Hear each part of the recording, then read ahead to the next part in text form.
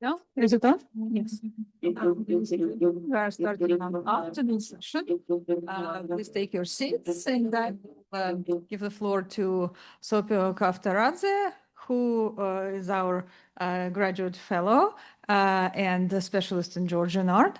And also she has in relationship with Ukraine, very close one, and I will give the floor to her so she can introduce the speakers of the next panel. Thank you. Hello, everyone. I hope you're enjoying our conference, and we had wonderful speakers before, and I hope you will like our next speakers who are wonderful, and where we'll be focusing on Ukraine and Belarus. So our first speaker is Tatsiana Zhurauliova, is a postdoctoral research fellow at the Institute of Legal and Philosophical Studies of the Sorbonne. An art historian, she studies the interaction of the visual culture and the courses of identity and differences in the United States and Eastern Europe. She received her PhD from Yale University in 2014. Zhurauliova is co-editor with Anastasia Krutikova of the volume Global TV series and Political Imagination. Her recent publications on contemporary Belarusian art includes Sergei Shabokhin, the archival impulse under the Belarusian authoritarian regime. So please welcome Ms. Zhurauliova.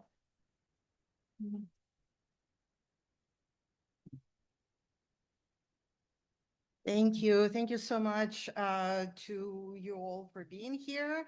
Thank you so much to the Zimmerli for hosting us, for organizing this incredible event, but also for this incredible initiative that is so, so important and timely, and for their patience as well as we're kind of working on this initiative collectively. So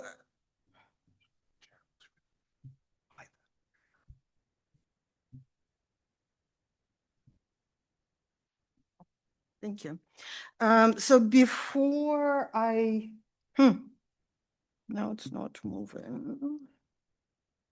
Sorry, now it's not moving. Let's see. There we go. You should be good. Now give it a shot. Okay, perfect. So before I turn to the 1980s, I wanted to highlight two of the sources that have been really invaluable for my research and for this presentation. So in that respect, I do want to highlight that I cannot say that when it comes to Belarusian nonconformist art, there is nothing written or published, because there is quite a bit, and I'll talk a little bit about those efforts. The problem is most of those sources are not available outside of Belarus or outside of kind of very few institutions.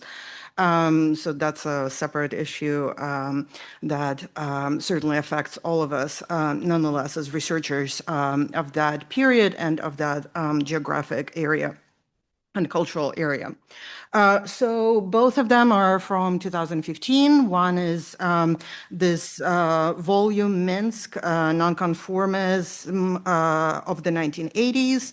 It's a part of a series called Partisan Collection, established and edited by Artur Klinov, who is an artist, actually one of the central figures of the 1980s nonconformist movement in Belarus, and who has been, as a publisher, really, and as a curator, really instrumental in kind of archiving and preserving that memory. The other one is a book by Alexander Maley, Vitebsk Kvadrat, an artistic study of the nonconformist art movement in Vitebsk in Minsk. So Maley is the founder and the leader of the Kvadrat movement that was established in Vitebsk in the 1980s. So the two books are, the two publications are wonderfully complementary in a way that one focuses on Minsk, the other one on Vitebsk.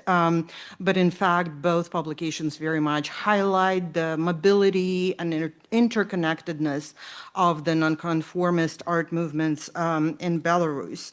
And both of them are this kind of hybrid objects that bring together a more analytical take on the history with the impulse to record, to represent primary sources, whether these are transcriptions or reproductions of letters, manifestos, etc., or interviews with the artists, the participants of the events that the books describe, to publish photographs, etc. So very much this kind of a collective impulse that aims to collect and represent a history that is in the process of disappearing as individuals who kind of constituted that movement are unfortunately disappearing, or with the current events in the region and in Belarus are dispersed all over the world, which also leads to the loss of physical archives, of course. So another publication or resource that I want to highlight because I'm incredibly indebted to the team of Collector. So Collector is a research platform on Belarusian contemporary art. It was founded in 2015 by artists Sergei Shabohin, Sergei Kiryshenko, who is actually represented in the Dutch collection, and Alexei Borisyonak. It is a kind of a later and to date most comprehensive example of this effort to systematize the archives of the period, but it builds on earlier efforts such as, for example, the digital archive BMP, Белорусский Мастацкий Polygon, which was created in 2012 by art historian Volga Arkhipova. It ceased to exist by 2017, but fortunately, quite few of the archives of that platform have been now integrated with the Collector. In 2015, also the Collector team launched the research project Zbor, which in Belarusian means collection, with the goal of assembling research materials on 40 works of Belarusian artists created between 1980 and 2014, to kind of aiming to create this kind of a canon in a way of Belarusian contemporary art. So the 40 works were determined by the board, by the advisory board, and the project features both the collection of archival materials related to each individual work as well as the in-depth art historical studies. So wonderful resources, most of them, however, are available either in Russian or Belarusian. So in that respect, in terms of language, there is a lot of, both languages are widely used by the artists and kind of participants of the nonconformist movement at the time. Some exclusively use Belarusian, many use the two, depending on the context and interchangeably. But that also kind of raises question of accessibility with translating sources in Russian, but also in Belarusian to make them available to the wider international audience. But now to turn, so now to turn to the 1980s, I actually want to refer back to Alexei Maley. So in his kind of account of the 1940s, he summarizes the situation in the Belarusian art world as being defined by three main components: official Soviet art, what he calls national art, in both its official and informal currents. So when he talks about nationalist art, he uses terms official, but also неформальный, informal.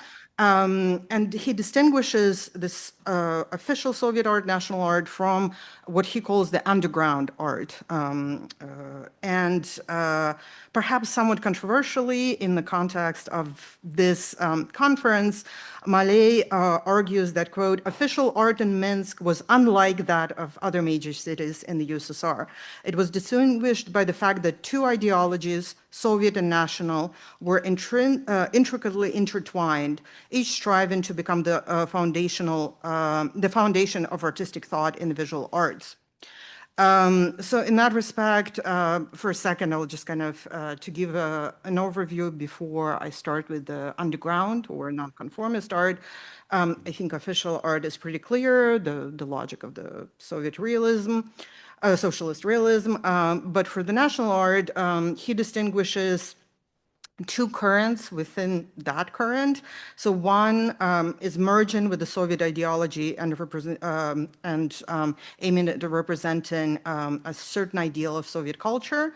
So the sanctioned national culture in line with the national policy of the communist state, folk art basically, and the language of folk art. Reimagined in various genres and media. But the second current, the one that he calls неформальный, informal, is developed in opposition to official ideology. In private circles and semi-formal spaces. And in fact, it's that current that becomes part of the broader sociopolitical movement that comes to be associated with the Belarusian Popular Front revival, so BNF, Белорусский народный фронт отражения, so rebirth, revival. But the work that I will be discussing today and that is represented to different degrees within the Dutch collection is what Mallet characterizes that as underground art. So, I mean, terminology is difficult in that respect, right? So what do we call them? The term, some of them use consistently is underground, but others use неформальный, which is in itself somewhat complicated because some of the artists are using the term неформальное искусство, and then one of the informal groups that is founded at the time is called Forma, неформальная организация Forma. So, you know, there's a lot of play, like even in the moment, the artists are kind of already playing and thinking through those terms and pushing against the limitations that those terms are imposing. So, so what I should mention also is the porosity. So even though Mallet establishes these three main categories, official, nationalist, and underground, he himself notes that the underground art scene was very much one foot in the official environment. So he actually calls it a semi-conformist rather than non-conformist, полуконформистское искусство. In that respect, many of the artists whose work is associated with the movement either studied and sometimes later taught at one of the state art institutions like the Minsk Art College, now the Glebov Minsk State Art College, or the Belarusian State Theater and Art Institute, now the Belarusian State Academy of Arts. Many also belong to the Artists' Union at some point, at least at some point during their careers and often throughout their careers. And as we will see, a lot of the nonconformist art exhibition actually took place at the Palace of Arts, which was the main exhibition space of the Belarusian Artists' Union. But at the same time, the same artists also cultivated and participated in this independent networks of exchange and collaboration that fostered innovation and experimentation. And so pushing against the institutional stylistic rigidity. And so in that respect, what perhaps the best way that to differentiate this movement, this current within the Belarusian art is the rejection of the governing role of a stable ideology, instead focusing on what artist Valera Martinchik characterized as, quote, problems of art, not of immediate politics. But of course, it's inherently political as well, even in that very gesture of rejecting ideology and politics. And so, speaking of those alternative spaces, I wanted to start with this example of an apartment exhibition staged by Artur Klinov in 1986 in his apartment, which so there is a little bit of archival materials, but not much. But I think the invitation is quite striking. So, esoteric event, right? It's not an exhibition; it's an esoteric event. You are asked to be there on March 5th, exactly at, and then each invitation would have a specific timestamp. And then it ends, do not ring the doorbell, the door is open. So it's playful, it's a little bit it's playful. It refuses the rules of traditional exhibition format, including the rules of orthography, ignoring punctuation, all of that. And basically, the idea was that, yes, people were expected to arrive at a certain time, but then people would just stick around. So by the end of the day, it was this big party, basically. So it was a really successful event, but it's also this example of kvartirniki, apartment exhibitions that I think happened in different cities and were quite typical medium of disseminating ideas, works, exchange, and kind of really cultivating connections and friendships. So here, the organization is based on friendships, but also certain trust, right? And the result is the creation of the semi-public space where the public infrastructure is shifted into this more public role. As an extension of that, I also want to mention the kind of collecting. I ended up. Okay, this was the older presentation, but that's okay, because one of the groups that becomes really important within the nonconformist circles is called Nyamiha 17, and in fact, the name of the group is the address of the studio of Sergei Kiryushenko, an artist in the Deutsche collection, who becomes really one of the central figures for this kind of abstract, expressive visual language within the Belarusian art scene. In 1986, the artists of that group are rejected from the exhibition in the Palace of Arts, and so they stage an alternative exhibition in the studio, in Kiryushenko studio, and the exhibition is so popular with the intelligentsia that actually the union re-stages the exhibition the next year in the Palace of Arts. And in fact, Nemiga becomes one of the kind of very examples of unofficial art becoming the paradigm of, in a way, official art. They staged numerous exhibitions. The group exists until 2003, and they have several exhibitions. They actually have an exhibition at the National Museum of Belarus in 1993 and at the Tretyakov Gallery in 2002. So again, to highlight this kind of porosity of categories.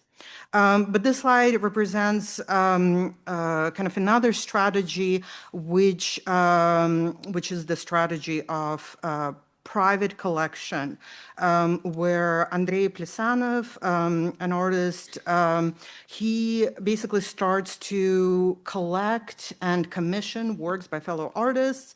In 1983, he kind of decides to narrow down the topic of his collection with this kind of vague term, the artist studio. So all the exhibitions, all the works are supposed to speak to that theme, the artist's studio, and they're all the same format of 60 by 45 centimeters. So there is a kind of like basically that's why he commissions mostly works. But there is a wide range of works that he ends up collecting, from more representational, kind of the surrealist imagery, including his own, but also much more abstract and gestural paintings, like the painting by Andrei Belov.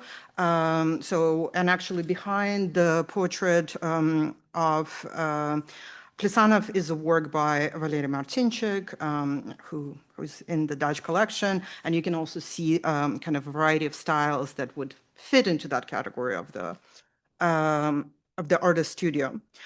1987 is a very fertile year, characterized by the formation of many organizations, and that's kind of, I don't think it's a distinct feature of Belarusian nonconformist art movement, but it's definitely a very characteristic feature, this collective impulse of multiple groups that would be kind of semi-formal insofar as they have a defined identity, but then artists would move between the groups, they would exhibit together. There were several groups, because it became such a current. There were a couple of groups that were basically one person, but they called themselves a group, like Bismarck is a one-man group. And it was also a moment when a number of those exhibitions, and in that respect, I should mention Plisanov is very influential because this exhibition kind of created that space. As I mentioned, it was, I don't know if I mentioned that, but it was actually shown at the Palace of Arts. And in his memoirs, he kind of tells the story of first going to the Union of Artists and telling them, oh, by the CK has approved this exhibition. And so the Union of Artists says, okay, you can do it. And then he goes to CK and says, but the Union of Artists has already approved it. And so it's kind of, and then it happens. And so it becomes this kind of also a forum where different artists meet. And he, in his memoirs, he credits creation of a couple groups to his exhibition where artists actually met each other. And the next big event that happens in 1987 is this exhibition Na Kolektornai. So again, the title is derived from the address of the exhibition, took place in the space of the Minsk Project Design Institute. And basically it was an auditorium where artists were given the space to do whatever they wished. And so you can see in the center, there is this kind of pile of chairs that they dismounted from the floor, put them together, covered with the tarp and the stage curtain, added some elements to create this kind of complete immersive exhibition. And included a variety of media, so paintings, installation, but also objects, and performances. One of the performances by the Blog group, founded by Klinov, where on the stage they drink portvein. So it was this kind of dynamic space that very much highlighted a certain non-hierarchical and democratic approach to curation, presentation, and the way that the events unfolded themselves. I think if we're running out of time, so I'll just kind of go quickly. The exhibition, after a couple days, there was it was closed, and one of the works that was deemed particularly kind of shocking to the authorities was this work by Bismarck, the Red Emperor, or the Patriarch. Apparently, when the artists threatened to stage a protest movement, to go to the party headquarters, and as they were heading out, they were told that, oh, the exhibition is already open, no bother. But apparently, the genitals of the painting were covered. And so basically it was like covered by a piece of fabric, and everyone could lift it and look under, but nonetheless. And another initiative that I wanted to highlight from 1988, and I think it was also, this was important partially because it kind of shifts attention from Minsk, the capital, to highlight that the nonconformist actions were taking place in other places in Belarus, but also to highlight this kind of the resonance with what was happening elsewhere in the Soviet Union. So 1988 is the 110th anniversary of Malevich. And so there are a number of celebrations, as far as I know, in Moscow and Leningrad, St. Petersburg. And in 1985, this group Kvadrat was formed by Ballet and 10 other artists, and they very much, their identity was focused on kind of, they saw themselves as descendants of the Russian Soviet avant-garde of the Onavis, of course, which was there in Vitebsk. And so they staged one exhibition first that very much focused on representing the research materials about Malevich. And then 1988 was more of the exhibition that kind of highlighted the connections between that first avant-garde and the new avant-garde that was themselves. And importantly, the exhibition included an event by Pluralis Group, Minsk-based group, that took place in conjunction with the exhibition called The Resurrection of Kazimir. And the beginning and the end of the performance was marked by a sound of the gong and the proclamation Supremus. And then this tomb that represented Malevich was opened, and Lyudmila Rusova emerged dressed in black, and then were kind of donned with this suprematist costume that is, you know, somewhere between Dada and Russian Orthodox ceremonial garb. There was a kind of movement that was orchestrated by the hanging suprematist emblems throughout the space, and then it ended with the return to the tomb. So it's this kind of reanimation of the ghost of Malevich, but I do find it interesting that it's a woman that emerges, and there is a kind of connotation of the muse, but it is also the agency that is then taken over by this artist who becomes an important figure in performance art in Belarus. And just to, I think I'm way over time, but just to kind of summarize, I also wanted to highlight, when we're talking about alternative spaces, a very important gallery, very important exhibition space that emerges in the early 1990s is the Six Line Gallery. I wanted to highlight it because it's the gallery that most of the Belarusian artists in the Dodge collection have a relationship with in the 1990s, including Vladimir Shaklevich, who exhibits there as part of this exhibition, Minsk Photography, and Shaklevich is part of this kind of phenomenon known as the Minsk Minsk School of Photography, but also Sergei Balenik has this really large personal exhibition at the gallery in 1997. And just to again highlight that, you know, I'm very lucky not to kind of, I am standing on the shoulders of many, many people who have done excellent work on these histories. So Volga Arkhipova, who collaborated with us on the Dodge website, has been doing research for decades now on Belarusian avant-gardes of the 1980s and 90s. And she co-curated this exhibition at the Museum of Contemporary Art in Minsk. And there was another exhibition in 2015. Klinov and Artemovich co-curated it at the Gallery U. There was this kind of moment of optimism and resurgence of interest in that historical legacy and attempts to collect it, but unfortunately all of those trends got completely interrupted in 2020, and I'm particularly grateful to the Zimmerli because there's so much anxiety over what happens to those archives, right? So Arkhipova had a digital platform, but it closed in 2017 due to lack of funding. Collector is online and it's incredible, but who knows what happens? It's a private initiative that is basically just, you know, running on enthusiasm. And so to have a space and kind of institutional might of the Zimmerli behind something like this is incredible. So we are very grateful. Thank you.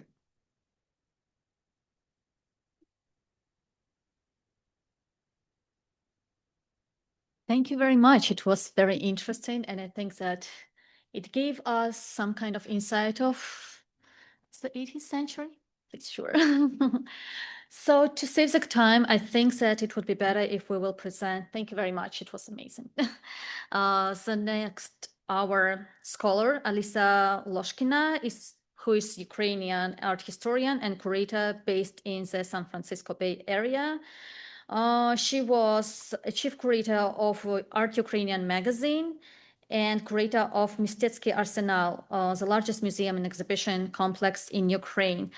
Her research and curatorial work focus on modern and contemporary Ukrainian art, its global context, and its evolving institutional landscape. So please, Ms. Lozhkina, thank you.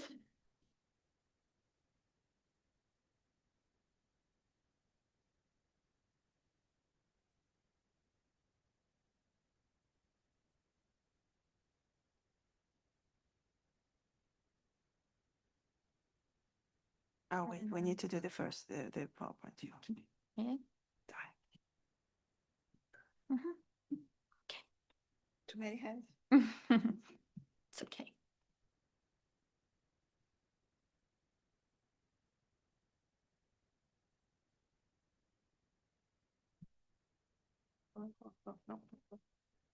Right.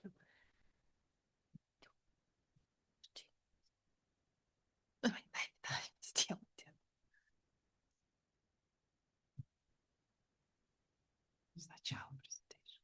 Презентацію включено.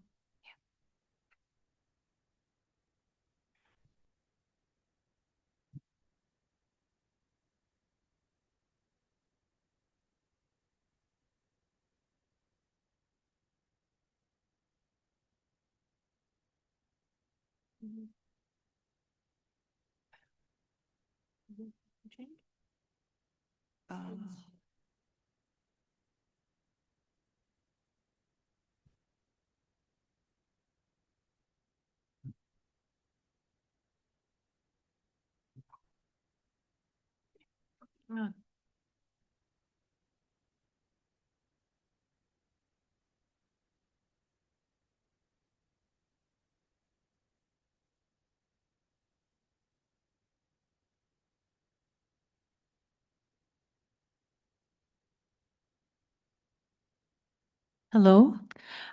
Thank you for introduction and for the previous very interesting presentations. And it's a real pleasure to be finally in person in Zimmerli Museum, about which I heard so much for so many years. And this is my first time here, and I'm really enjoying this institution. And I'm really thankful for the opportunity to be a part of this research team of wonderful colleagues and curators and art historians.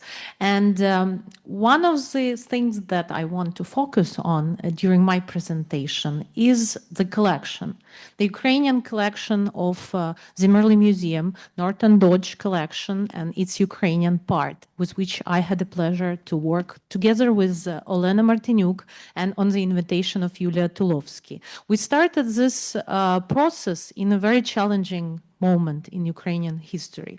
It was, I think, summer of 2024.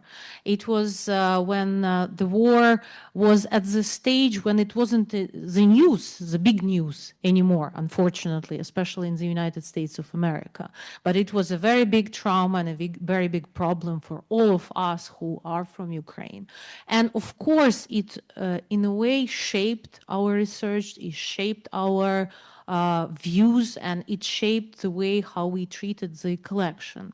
But I wanted to start my presentation from maybe some peaceful times, from way back in the past when I just started dealing with Ukrainian art. It was in 2002, and it was this time when no one really knew what contemporary art in Ukraine was. It was this like strange situation. We Ukrainians, we like starting from scratch every 5-6 years. We are like, we thrive on ruptures. We know how to create ruptures, and we create them constantly because our political system and our history is so turbulent that we have to rethink our narratives very often. Unfortunately, we are very always willing to start this process, but then we kind of get like maybe carried away by other things and we don't necessarily finish it. So we are left with a lot of ruptures. So when you start working with contemporary art for like me in early 2000s, you have no idea what people mean when they say what contemporary art is. It is like some things that people who call themselves contemporary artists do, but there's no like history of this process. Some people say that, oh, you know, we were related to that other people who were so great and so legendary, but unfortunately there is no evidence, there are no archives, there are no pictures, there are no paintings, there are no collections. But trust us, these were amazing people. And you kind of like built your identity on this apocryphal knowledge of art and art history. And because of those ruptures, you are lost. And at some point in my personal career development, I wanted to piece it together, to at least try to understand for myself, okay, what can we take from all this like very vast landscape? Ukrainian art is also very, very diverse, very vast and very rich, but what can we piece together to at least somehow understand our past as a continuous and continuum rather than this series of endless ruptures which happen again and again, and the last of them, as you know, probably happened in 2022.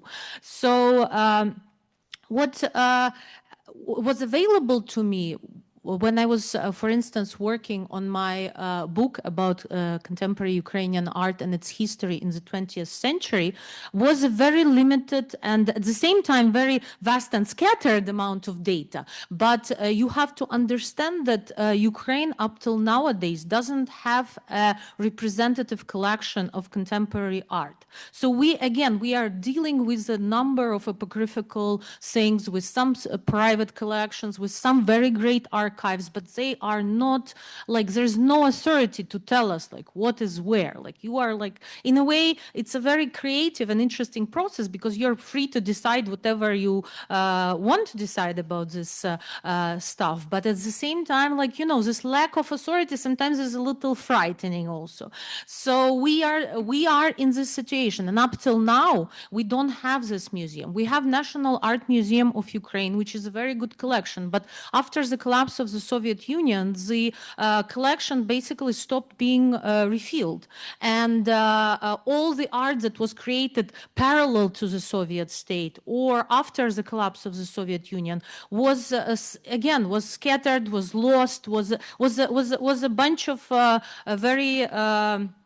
very strange material. And nowadays, a lot of collectors try to donate things to the National Art Museum of Ukraine. A lot of small private museums emerge in different cities all over Ukraine. But again, we are in this situation of lack of this unified collection. And when you become older, you start understanding the value of this unified collections. And that's why, for me personally, as a curator and art historian, it was particularly interesting to work with Norton Dodge collection, because again, it was this very strange mirror in which you see the things that are very familiar to you, but from a very different angle, because every collection is a reflection of the time when it was created and of the people who created it. So in a way, we are dealing also with a collection and also with the historical situation of the collecting as a process. And it was extremely interesting for me because first I went through several stages. Rejection. Where I first thought, why these people? Why not those whom I know and love? Like, why did they focus on those names? Why didn't they include this name, that name? Then when time passed and when we started working more and more with this corpus of material, I started valuing it more and more because I started realizing that sometimes I hear names of artists whom I didn't know before, but then suddenly I think, oh my God, they are a part of that collection. And now I have a link to, to kind of understand the wider context of Ukrainian art as it was understood, at least at the time when the collection was created. So, of course, this material has a lot of pluses and minuses. If we start from minuses, we can say that, of course, the collection is vast, but the gender disparity is like really, really obvious. First thing you notice is the lack of women, but the lack of women is not something new, neither in Ukrainian context, nor in the context of art history in general. So, of course, it reflects the way how art history was understood back in the days. And here I am starting my presentation with one of the few prominent female artists who were included in this collection and who was a star of the show curated by my colleague Lena Martinyuk a couple of years ago, which was a very seminal exhibition which traveled across the country. And it was dedicated to Ukrainian art and was organized by Zimmerli Museum, Yana Bystrova. And Yana Bystrova was from Kiev, and she is this generation of artists who they came to the scene in late 80s. And again, there are a lot of questions whether we can in general even call them nonconformist artists, because they to be honest, used all the available Soviet infrastructure to make their career. Because at that time when they already were building their careers, the Soviet state wasn't as strict as it used to be. And in general, when we are speaking, as colleagues already mentioned, like when we are speaking about Soviet art, we have to understand that it wasn't a monolith. Well, even like we always tend to say, like there was this terrible socialist realism, only those kolkhoznik paintings, and on the other side, those were those freedom seekers, freedom fighters, brave people who were opposing the system. Of course, things were not like that, not only in terms that the freedom fighters were sometimes collaborating with the system or somehow using the system's opportunities for their benefit, but also that the Soviet official art wasn't that strict, especially in certain areas and especially in certain periods. Starting from late 70s and 80s, there was this category that was called by Russian art historians permitted art, разрешенное искусство. And in this framework, a lot of those things that ended up in Ukrainian collection of Zimmerli Museum as nonconformist were created. So it is a very complicated situation, very difficult to understand sometimes. And Yana belongs to that particular generation, and she was from Kiev, but later went to Paris. Then I'll just show you like a couple of works of important artists, and I'll show you one more thing. Like when you see several more works, we will comment on it. So this is a drawing by Arsen Savadov, one of the key figures, again, of this late Soviet Ukrainian art. And unfortunately, he's represented in Zimmerli collection with not his strongest works, but still there is enough work to speak about. And this drawing, for instance, is reflecting his earlier period in 1980s. It's unfortunately undated, where he was creating large-scale postmodernist paintings. This is one of the sketches probably for one of the paintings. And here I am showing an artist from Lviv from 1980s, Alexander Aksinin, who is one of the few artists from Lviv who ended up in this collection. So another small drawback of the collection, which we noticed when we started working with it, is regional disparity. It has very strong accent on Odessa, Kharkiv, and partially Kiev. And then Lviv is, like, to be honest, it's not a complete blind spot, but it could be slightly better, let's say. Especially that Lviv had this very strong modernist traditions that were kept till very late by a series of artists who learned from each other, who still remembered like Western modernism because they were the last to be included into the Soviet Ukraine, and there was the memory of modernists there that can be compared to the Baltic situation that was still alive in the 60s, 70s, and there were still artists who remembered something else rather than the portraits of kolkhozniks and so on and so forth. So Aksinin is a treasure of a collection in this aspect because he belongs to this tradition, and he also was very strongly involved with the hippie subculture in Lviv. So it's a very interesting artist who deserves a separate presentation for which we don't have time now. And another region that is very strongly present in our collection is Kharkiv.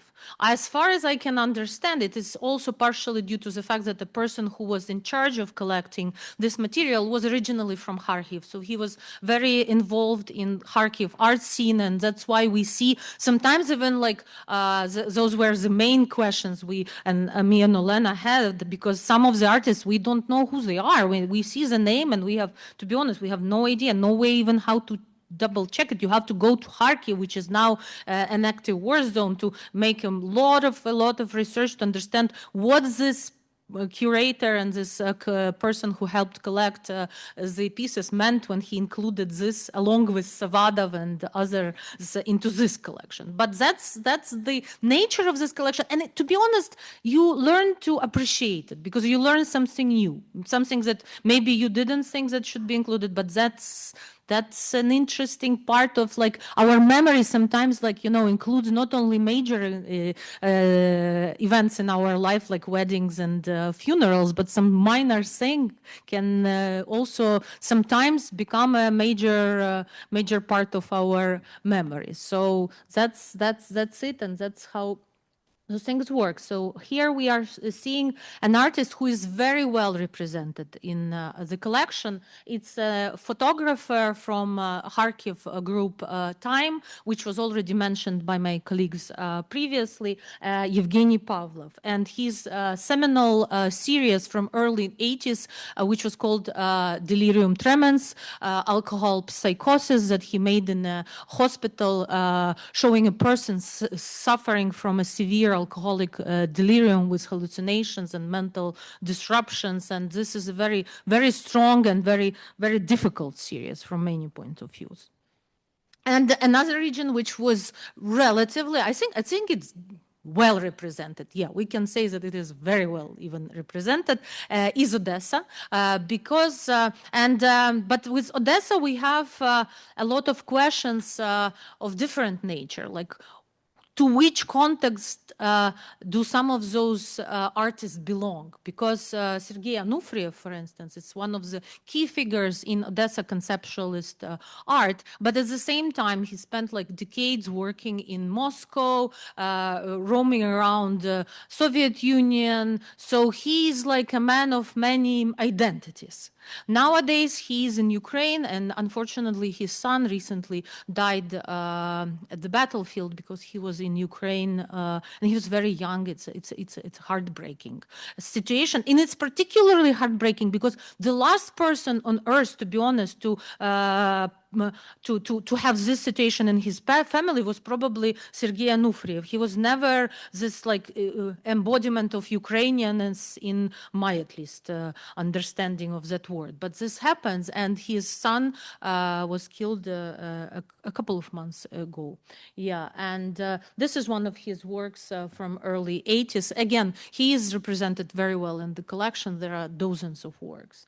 And another group from Odessa, Perce, or the Peppers, again with slightly confused identity because they were for many years included both in Russian conceptualism and in now in Ukrainian conceptualism. So they are like this contested figures that deserve more and more attention due to this fact. And another artist from a completely different time and from Kiev, underground scene.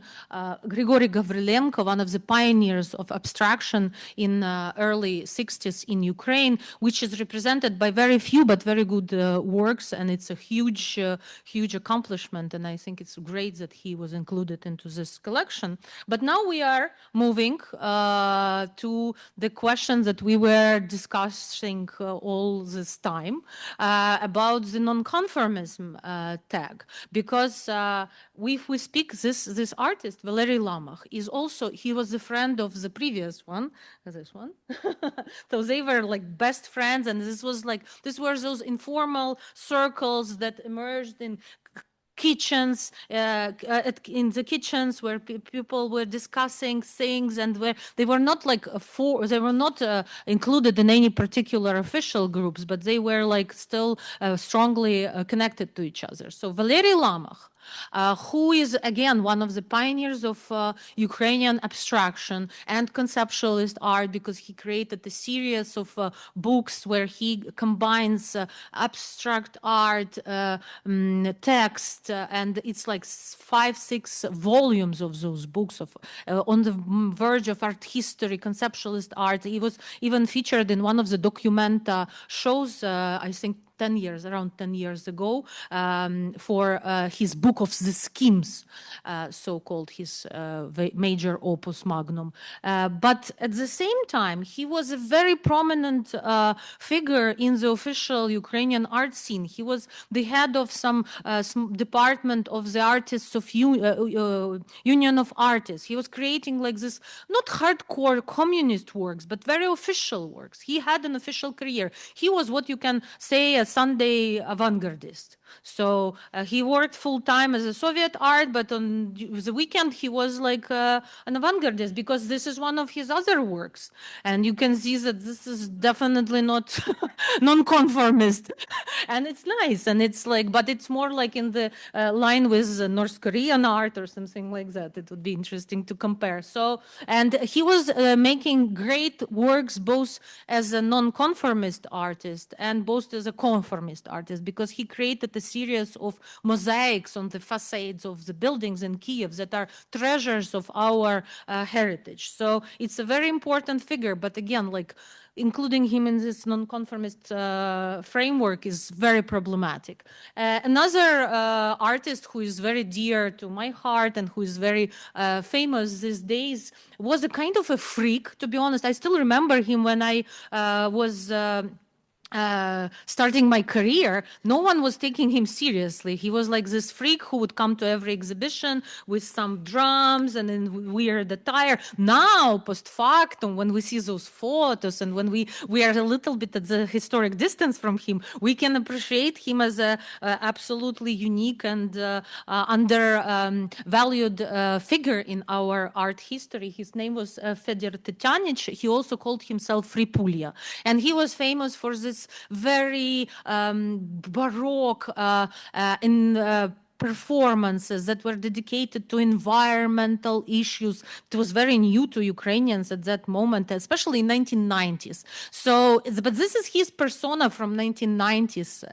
Predominantly what you see on the photo of him, and you can see that his assemblage that is dated here by 1970 is pretty much in line with his persona. It's like when I combined those photos, I was surprised how similar Tatsiana himself is to his his works.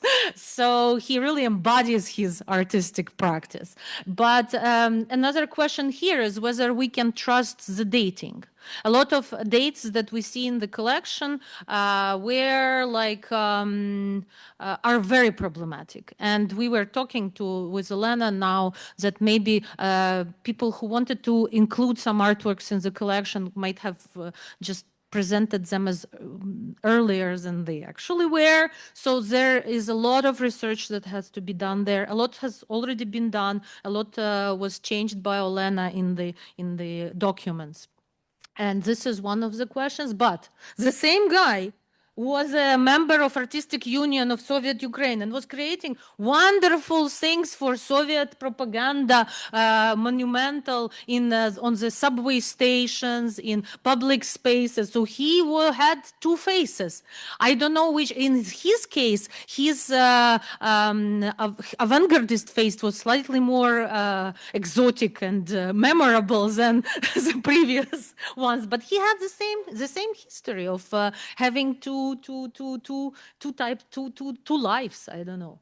And again, we are moving to an interesting part of those artists who were included into collection, but we are still not sure with Elena what was the logic of that inclusion. For instance, this artist who is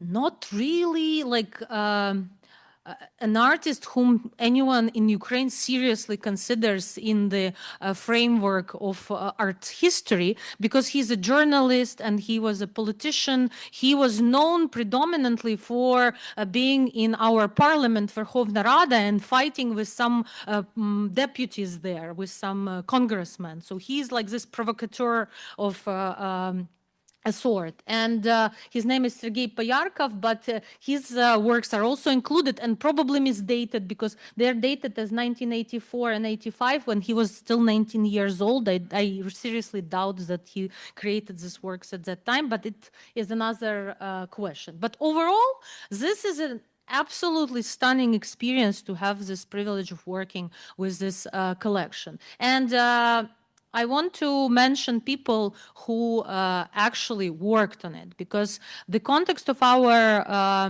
work was unusual. It was deeply traumatic, and art historians who wrote entries for this collection were in a very troubled situation, because a lot of people were displaced, whom you see here, like for instance, Anna Lugovskaya, a young scholar, was a refugee at that time she went to Switzerland. Some of the people were in Kiev having really difficult time even having electricity at their home, internet, and because it was the time of acute warfare. It still is a war zone, and for many people it was challenging to finish their entries, and they still did it, and they were very inspired. And this is a very good example of how this institutional support can actually change things, because the fact that Zimmerli Museum invited art historians in these challenging, turbulent times,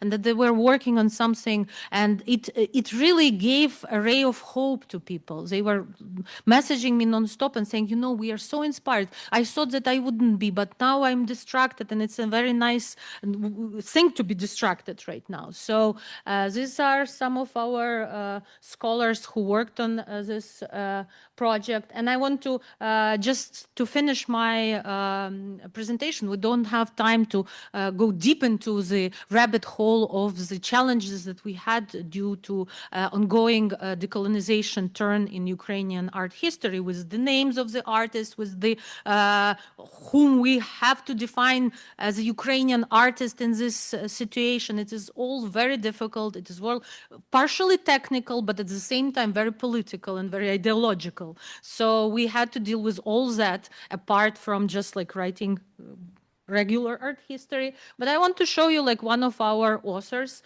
Olena Mikhailovska, for instance, a famous curator and art historian who was very active in Odessa in 1990s in this like rave parties and exhibitions related to them, and who later moved to a small town of Khmelnytsky and is now a deputy director there of an art museum, and is receiving like very small amount of money. The amount of money that people in Ukrainian art field are earning is just like, it's unbelievably low. And she is the mother of 4 children. All of them are adopted. And she adopted the last one just before we started this project. And when we spoke to her, she said like, yes, I want to participate in this project because I want my new son to get some new stroller or something. And it will give me this opportunity. So, you know, it seems so small, all, but like for people who are in this situation when her elder son is, for instance, at war, this support and this opportunity to work is very important. And I want to thank Zimmerli Museum for this opportunity. Thank you.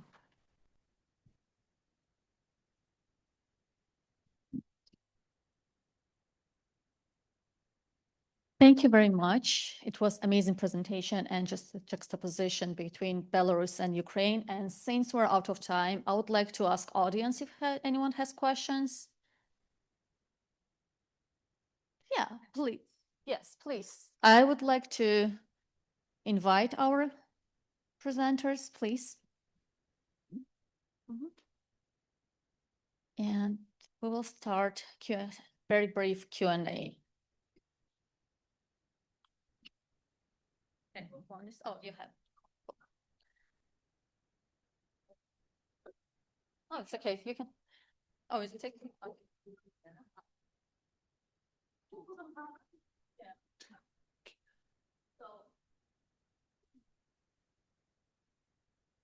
think it's not on. Hello? Okay, perfect. So for me, it was very interesting. I was myself struggling with terminology and where to put all these artists, since both of you mentioned that they were working during the Soviet Union and after the Soviet Union. And the terminologies that we even had with the previous presenters about decolonization, deStalinization, deSovietization. So I would like to ask you, what terminology were you using, if it was hard for you to put this artist in one frame? And my second question very briefly would be how you identify the artist who was born in Soviet Union and after. Maybe mine will be a little bit, well, it's not easier, but maybe a little bit easier. It's hard because I personally quite like nonconformist, because I do think even though we've all raised this kind of concern that a lot of, or not concerned, but pointed out that it's a complicated history, many of the artists working with the official establishment. But I think the work that we're discussing here is in one way or another a rejection or a commentary or a reaction to this kind of official discourses, official institutions, official aesthetics. So for me, that has been the definition. But as I mentioned, a lot of the artists, like Belarusian artists, they use the word неформальный, and I think that's also quite significant for them because it speaks very much to the fluidity of the milieu, the way that it was kind of, you know, unstructured, friends, somehow like anarchic, a little bit democratic in some ways. For some groups like Kvadrat and Vitebsk in particular, I think neo-avant-garde is a very applicable term because they're specifically drawing on this historical avant-garde. So yeah, that would be an answer, but I do quite like the nonconformist for my personal purposes as a scholar. A second question? Or What was this? Sorry. Biographies maybe a little bit changed because of that of the Soviet and Soviet. Yes, certainly. And also I do want to highlight that within, I think you raised that point as well, even within the Dodge collection, there is a variety of artists, right, that work in different styles. I mean, for the presentation, I chose to focus on the very much nonconformist artists, but there are also artists who are engaged in very directly with social issues, like with Chernobyl catastrophe and things like that. And many of them are like distinguished artists of the Soviet Union. And this question of whether they're Soviet artists, Belarusian artists is a very complicated one. It differs somewhat, maybe a little bit on the generational level. It's a hard question. I mean, I usually try to kind of follow what the artists themselves, kind of the way that they self-identify. But I think it's a really hard one because sure, you have the Soviet, you have a Belarusian, but so many people are born in one place and end up working in Minsk, born in Minsk and end up living their life elsewhere. Shaklevich is collaborating with Moskalova, who who's originally from Lithuania, I believe. So it's, yeah, so I try to kind of follow with the artists. I mean, we're lucky, we're still working on 1980s where we do, some of the artists are still living, so we can take a cue from them. Yeah. Yeah, I fully agree. It's just in Ukraine, it's again, it's very difficult to speak about those things nowadays because again, it's all very sensitive, very political, and we keep thinking like Scarlett O'Hara from Gone with the Wind. I will think about it tomorrow, but that tomorrow, that peaceful and calm and nice tomorrow to write art history without any troubles never comes, at least in our part of the world. So we have to deal what is there, and to be honest, I use all words, just depending on the context. It's just like all of them somehow reflect one part of the truth, and there was different at the same time. There was no such thing as defined non-conformism as a party membership in the Soviet Union, but at the same time there were definitely two cultures, and there was this second culture which was formed informally by people who know each other and know that they are not that.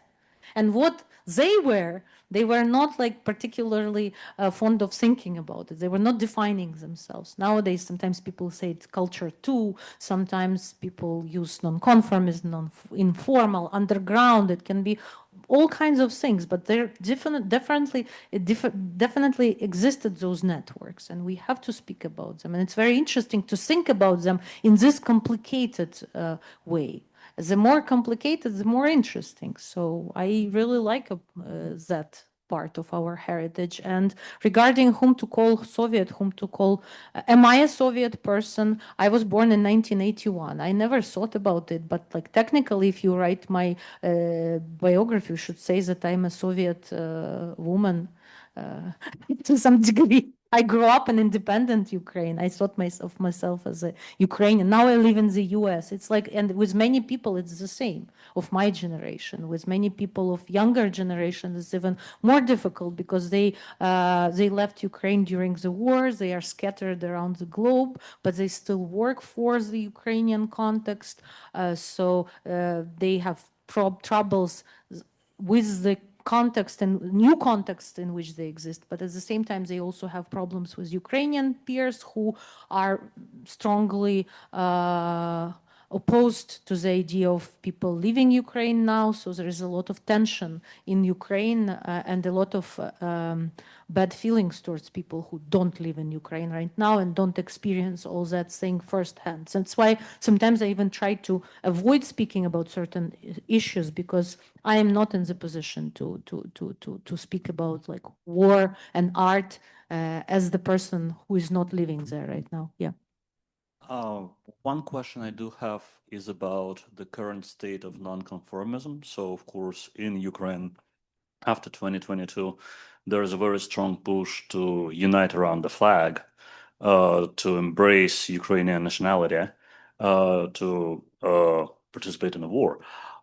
So what is the current state of Ukrainian nonconformism, and how does it look like, and what kind of overall themes are happening in that space? I'm focusing now more on art history because I'm not in the position to say what is happening in Ukraine right now. But of course, after the beginning of the war, there was a lot of like mobilization in the society, and a lot of artists who used to be critical and very nonconformist before the war started. Then they had to like kind of like force themselves to be silent and to just not to create additional havoc in the space that was already very turbulent. And for instance, another artist who died during this war, and he died, I think, last August, if I'm not mistaken, was David Chichkan, the son of one of the prominent postmodernist, very playful artists. Again, this family, you would never imagine that something like that could happen in that particular family, because this was the most playful, the most like, how to say, decadent part of Ukrainian art community, and Ilya Chichkan, the father. So fathers somehow are in a better position than sons, because the sons are the generation of war. So his son, David Chichkan, who was a prominent anarchist artist, and who was like a shining example of this dissent with official hardcore Ukrainian nationalist propaganda, and who was always like, he was very feminist, very left-wing, very like very how to nonconformist. He joined the military and he died. So a lot of people, it's a very difficult question. It's a very difficult question. What do you do in such situation? I'd also disagree with a lot of things that are happening there. Am I in the position to judge? What do we do in this situation? I don't have answers.